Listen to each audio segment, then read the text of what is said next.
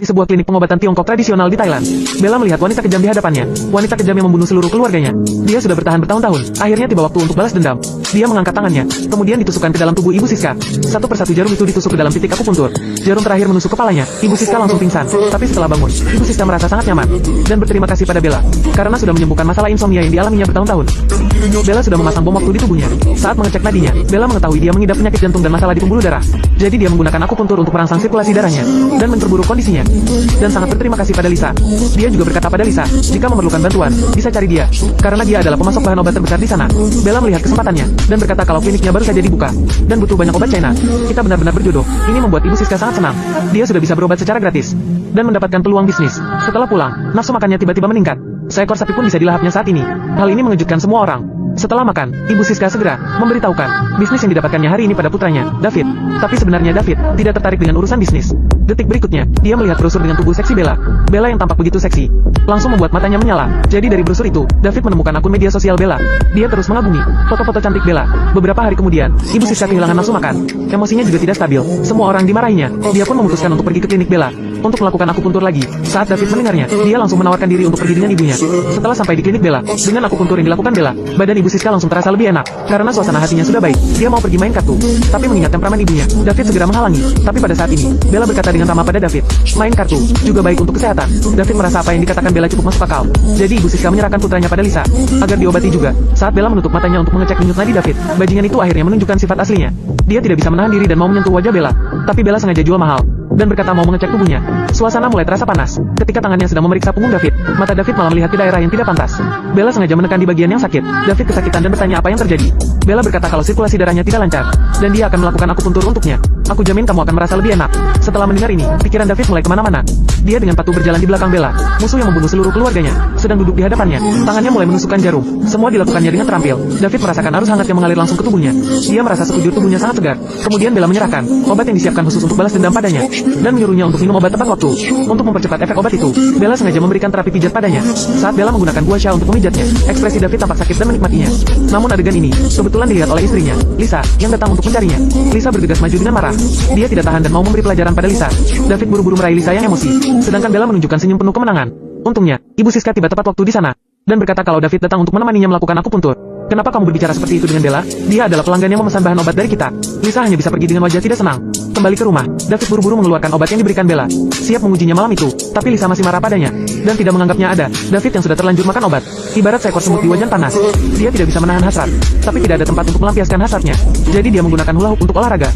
Setelah berolahraga, dia mau membayar uang pada preman. Tak disangka, dia malah bertemu dengan istri preman yang sedang mencuci mobil. Mobil itu dicuci seperti mandi busa. Hal ini membuat David yang penuh dengan gairah semakin terbakar. Ketika wanita itu melihat David ke Lisa, dia langsung membawanya ke kantor untuk dipuaskan. Ketika David pulang ke rumah, Lisa yang sangat perhatian melihat ada sehelai rambut di kerah baju David. Lisa teringat dengan apa yang terjadi di klinik semalam. Dia langsung mengira kalau itu adalah rambut Bella. Jadi dia langsung emosi karena mereka terus bertengkar. Ibu Siska yang memiliki tekanan darah tinggi langsung tidak tahan. Dia tiba-tiba merasa pusing. Jadi semua orang segera membawa Ibu Siska ke klinik Lisa untuk melakukan akupuntur.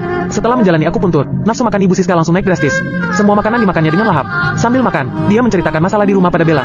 Ketika mendengar Lisa marah karena menemukan sehelai rambut, Bella langsung tersenyum penuh arti. Setelah Ibu Siska pergi, dia menyuruh Andi mencari tahu siapa pemilik rambut itu. Saat Andi mengikuti David, dia melihat David masuk ke mobil istri preman. Ternyata preman itu akan pergi ke China untuk berbisnis. Jadi David akan memanfaatkan kesempatan itu. Setelah preman itu berangkat, David langsung pergi ke rumahnya. Bella duduk di dalam mobil untuk menonton pertunjukan yang bagus. Andi menyamar sebagai tukang listrik. Dia pergi mengecat rumah preman itu dan memasang kamera di sana. Melihat adegan di layar, mereka memutuskan untuk segera bertindak. Lisa menerima video yang dikirim Bella dan segera pergi ke lokasi. Di sisi lain, preman yang sedang dalam perjalanan ke bandara itu juga menerima video yang sama. Dia langsung marah besar dan bergegas pulang. Lisa yang tiba dulu langsung melihat adegan panas yang mereka lakukan. Dia segera menarik Dewi dan memukulnya. Ketika mereka sedang berkelahi, tiba-tiba terdengar suara preman itu di luar. Lisa buru-buru menyuruh David untuk kabur. Preman itu masuk ke dalam kamar dan melihat rambut istrinya berantakan. Dia langsung marah, tapi bawahannya hanya menemukan Lisa di kamar mandi. Preman itu bingung. Kenapa kalian berdua ada di sini? Lisa buru-buru menjelaskan kalau dia datang untuk mengantar obat. Kebetulan bertemu dengan maling yang masuk ke rumahnya. Dia kemudian membantu Dewi. Mereka bahkan berpelukan. Saat ini, David bersembunyi di luar jendela dan tidak sengaja mengeluarkan suara. Preman yang mendengar suaranya langsung keluar untuk memeriksa.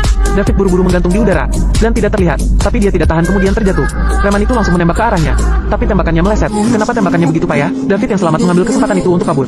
Dia bersembunyi di antara tempat sampah, tapi anak buah preman itu sepertinya akan menemukannya. Dia bisa saja ditangkap kapan saja. Tiba-tiba dia melihat pintu di belakangnya. David langsung masuk ke dalam, tapi dia tidak melihat ada pemberitahuan anjing ganas di luar pintu itu. Melihat David akan melarikan diri, Andi mana mungkin tinggal diam saja. Dia mengambil sebuah ember dan dilempar ke dalam. Hal itu membuat anjing itu maju dan menggigit David. Mungkin setelah meminum obat yang diberikan oleh Bella, kekuatannya meningkat pesat. David berhasil lolos dan merangkak keluar. Dia kebetulan bertemu dengan Lisa yang menyetir untuk membantunya.